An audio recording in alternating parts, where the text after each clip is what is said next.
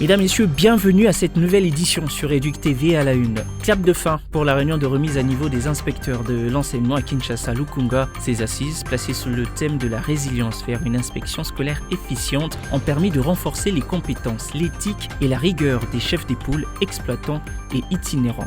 Face à l'appréciation du franc congolais sur le marché d'échange, le président Félix-Antoine Tshisekedi a réuni les principaux acteurs du secteur économique à la Cité de l'Union africaine. Objectif, évaluer l'impact de cette évolution sur le pouvoir d'achat des Congolais.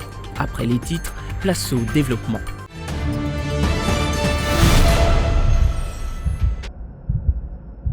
La remise à niveau des inspecteurs chefs d'époule, exploitants et itinérants de l'Inspection générale de l'éducation nationale et nouvelle citoyenneté a pour objectif de renforcer leurs compétences professionnelles, leur sens de l'éthique et de la rigueur afin de maintenir un haut niveau de performance tout au long de l'année. Live. Au dernier jour de ces assises, organisées autour du thème « Résilience vers une inspection scolaire efficiente », plusieurs sujets ont été abordés, notamment l'exploitation et l'utilisation de la formule de contrôle des dossiers des élèves, les évaluations selon les approches innovantes, ainsi que la recrudescence de l'insécurité en milieu scolaire, avec un focus sur les établissements de la province éducationnelle de Kinshasa Lukunga. Dans son allocution, le directeur provincial de Kinshasa Lukunga, Wivin Moudekoko, a souligné l'importance de cette première réunion de l'année scolaire pour renforcer l'efficacité de l'inspection. Après analyse, l'inspecteur principal provincial, avec le calendrier, a prévu cette séance de remise à niveau pour stabiliser l'administration.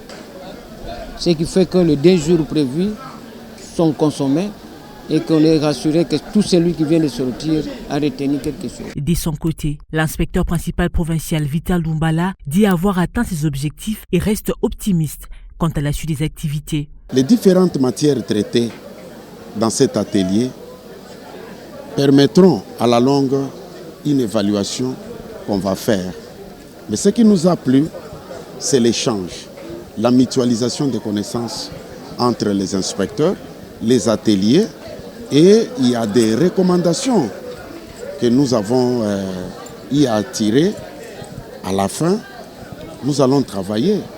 Et parce que jusque-là, chacun de nous a signé. Ces assises ont pour ambition d'équiper les inspecteurs afin de relever les défis liés à la corruption, de vérifier la mise à jour du règlement d'ordre intérieur des écoles et d'assurer un meilleur encadrement des chefs d'établissement.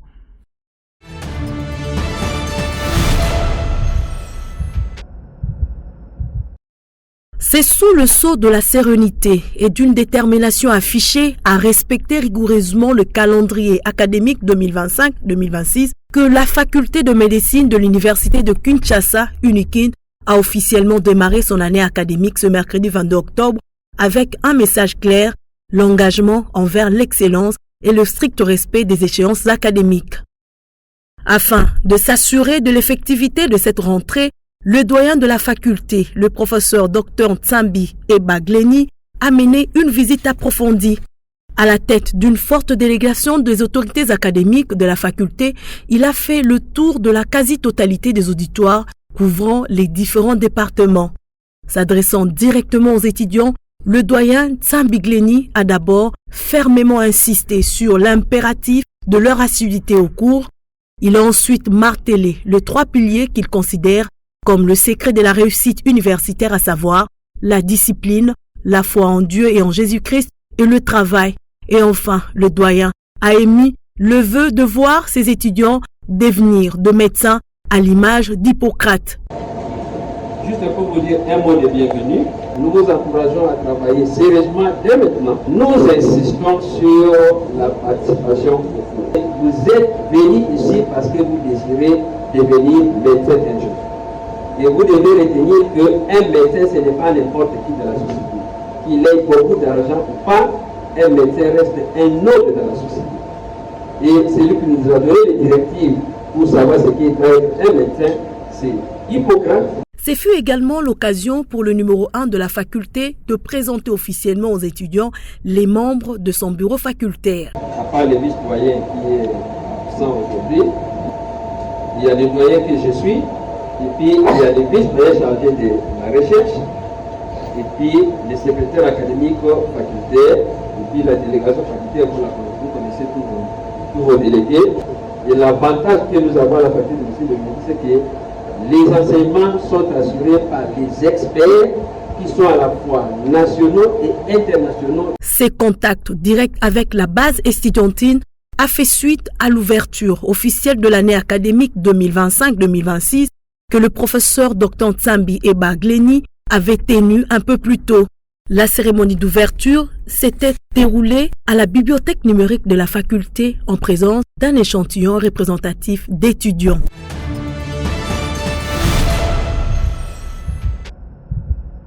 Coup d'envoi de l'année académique 2025-2026 le mercredi 22 octobre 2025 par une cérémonie solennelle organisée dans l'enceinte de l'établissement situé dans la cité de Kisantu, territoire de Madimba, province du Congo central. Placée sous les signes de l'excellence et de la discipline, cette rentrée a été l'occasion pour le directeur général Konde Makaya Dersi d'adresser un message fort à l'ensemble de la communauté éducative. Dans son allocution, le DG a exhorté les étudiants ainsi que les personnels administratifs et enseignants à redoubler d'efforts pour garantir une année encore plus fructueuse que la précédente. C'est avec un sentiment de joie et de responsabilité, d'espérance que je prends la parole à ces jours solennels de déclarer ouverte l'année académique 2025-2026 à l'Institut supérieur de technique médicale pour professionnels de santé Eastern Press Kisantu. Cette cérémonie, symbole de renouveau, marque non seulement la reprise des activités académiques, mais aussi la continuité d'une mission noble, celle de former des professionnels compétents, responsables et engagés au service de la santé et du développement de notre communauté. À nos chers étudiants, véritables acteurs et raison d'être de notre institution, pour leur discipline et leur volonté d'apprendre. Enfin, nos partenaires extérieurs, publics et privés, pour leur collaboration, leur confiance et leur contribution au rayonnement de l'Eastern Press. L'application, les sérieux et l'engagement sont les clés de la réussite, a-t-il déclaré, tout en rappelant l'importance de la rigueur académique et de l'éthique professionnelle dans les formations dispensées à l'Eastern Pro. Il a également insisté sur la nécessité d'une collaboration harmonieuse entre tous les acteurs pour maintenir la réputation d'excellence de l'Institut. Cette cérémonie, empreinte des motivations et d'espoir, a permis de renforcer la cohésion au sein de l'Eastern Pro et de poser les bases d'une année prometteuse tournée vers l'innovation et la qualité des soins de santé.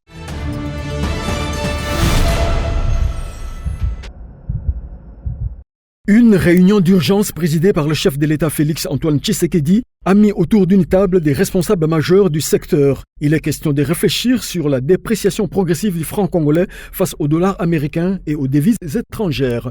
Face au numéro 1 congolais se trouvaient la première ministre Judith Suminwa, le vice-premier ministre en charge du budget, celui de l'économie nationale, ainsi que le ministre des Finances, celui ad intérim de l'industrie et le gouverneur de la Banque centrale du Congo.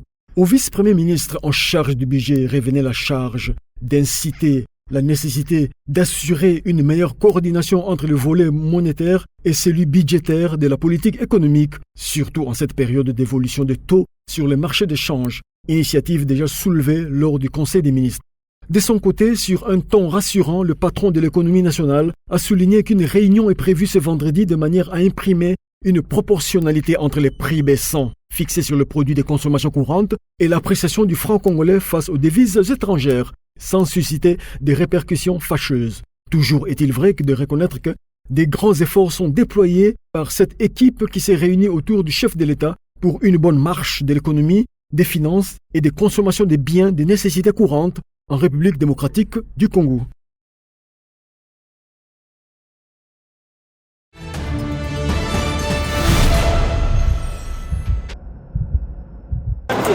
Des retours d'une mission en Côte d'Ivoire, le ministre des ITP, John Banzalunda, a poursuivi ce mercredi sa dynamique de terrain par une visite à l'Institut national des bâtiments et des travaux publics, INBTP. Accompagné du secrétaire général aux ITP et de son directeur des cabinets, le ministre a voulu évaluer personnellement le projet réalisé par les étudiants, symbole de la mise en pratique des enseignements théoriques. L'INBTP s'est résolument décidé depuis un certain temps de tourner toute son énergie, toute son énergie vers l'accompagnement des projets de l'État.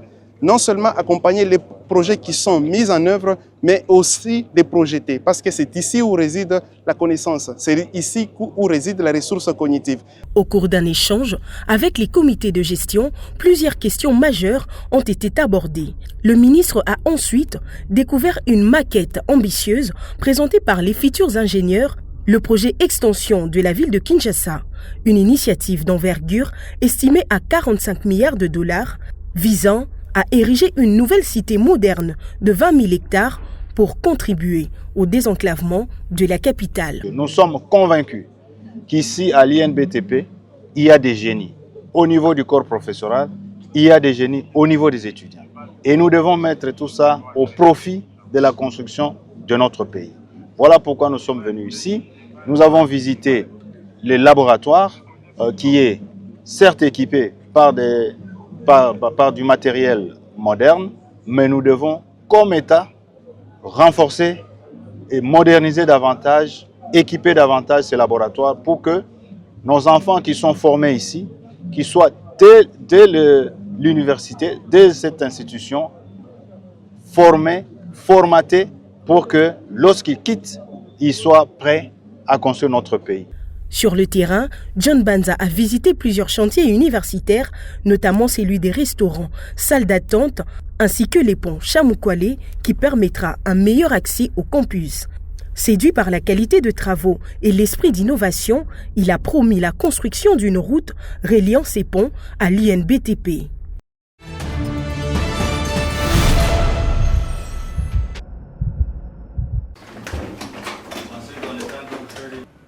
Le ministre des Infrastructures et Travaux publics, John Banza Lunda, a procédé ce mercredi à la signature de l'arrêté portant création de la Commission nationale des normes, marquant ainsi une étape décisive de la quête des performances et de qualité dans le domaine des infrastructures en République démocratique du Congo. Cette nouvelle structure, fruit d'une vision du président de la République, aura pour mission d'élaborer un référentiel national en matière des normes des constructions.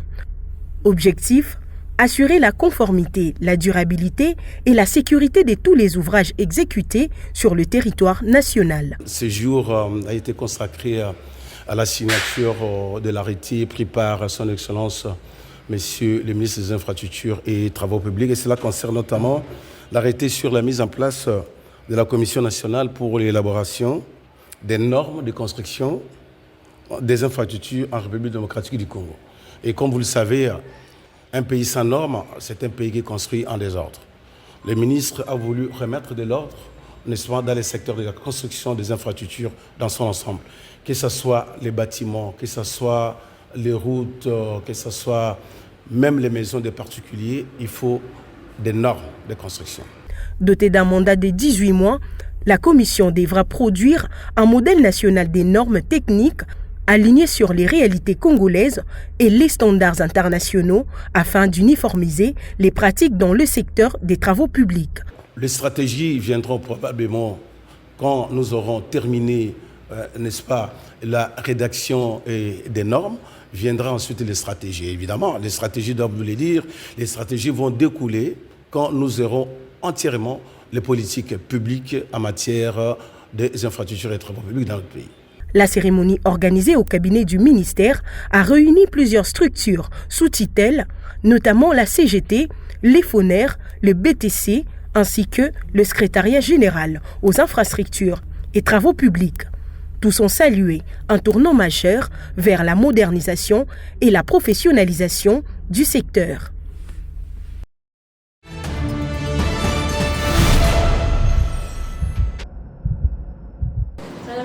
La ministre du Genre, Famille et Enfants, Micheline Ombaye Kalama, a reçu dans son cabinet de travail l'ambassadrice du Royaume de Belgique en République démocratique du Congo, Roxane de Belderling, pour une visite de courtoisie. Cette première rencontre officielle a permis aux deux personnalités d'échanger sur les priorités du mandat de la ministre, ainsi que sur les actions de coopération bilatérale menées par la Belgique, notamment à travers l'agence Enabel. Et je suis venue échanger avec elle sur ses priorités pour son mandat et également lui exposer un peu les actions que la Belgique mène à travers son programme de coopération bilatérale avec l'agence Enabel que vous connaissez bien. Donc nous avons plusieurs programmes qui prennent en compte la dimension du genre, évidemment. Pour nous, c'est une grande priorité de notre politique étrangère et de coopération. Et donc, je reviens à peine d'une mission à Kisangani, par exemple, et là, j'ai pu observer sur le terrain l'action d'Enabel et notamment les centres où on vient en aide aux victimes de violences sexuelles. Et donc, conformément à la politique d'ailleurs du gouvernement de mettre en place des centres intégrés où on a une approche qui permet à la fois de donner un appui médical, mais aussi psychosocial et juridique, et également d'assurer une prévention. Donc nous développons toutes ces dimensions-là et je l'ai vu sur le terrain, l'impact que ça peut avoir, l'aide que ça peut apporter.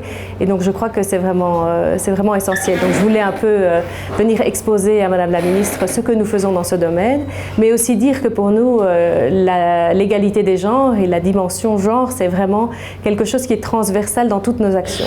Une collaboration qui, selon les deux parties, pourrait marquer une nouvelle étape dans la promotion des droits des femmes et la protection des vulnérables en RDC. Moi j'appelle ça la sororité.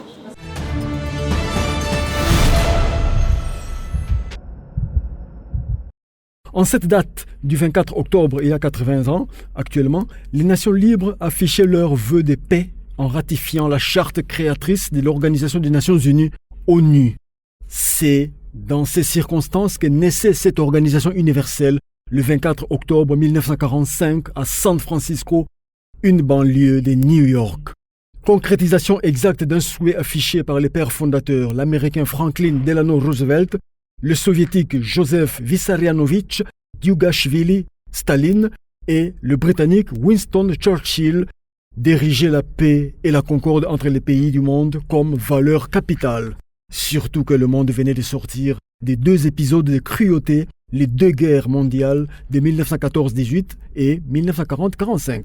Si l'ONU, qui est déjà vieille de 80 ans, s'est dotée d'organes voulus efficaces pour imprimer cette soif de paix et de concorde en érigeant le Conseil de sécurité, la satisfaction n'en est pas sortie, bien que le Conseil regorge des représentants des 5 pays victorieux de la Deuxième Guerre mondiale que sont l'URSS, devenue depuis 1992 la Russie, la Grande-Bretagne, la France et la Chine. Les reproches formulés contre l'ONU sont divers, entre autres l'existence d'une partialité déconcertante dans le traitement des crises, référence faite au Moyen-Orient, à l'Amérique latine, à l'Asie du Sud-Est et à l'Afrique, notamment plus proche de nous, le cas congolais face à ses voisins de l'Est, ainsi que le favoritisme vis-à-vis de certains pays. Il est donc utile que les Nations Unies puissent être revues.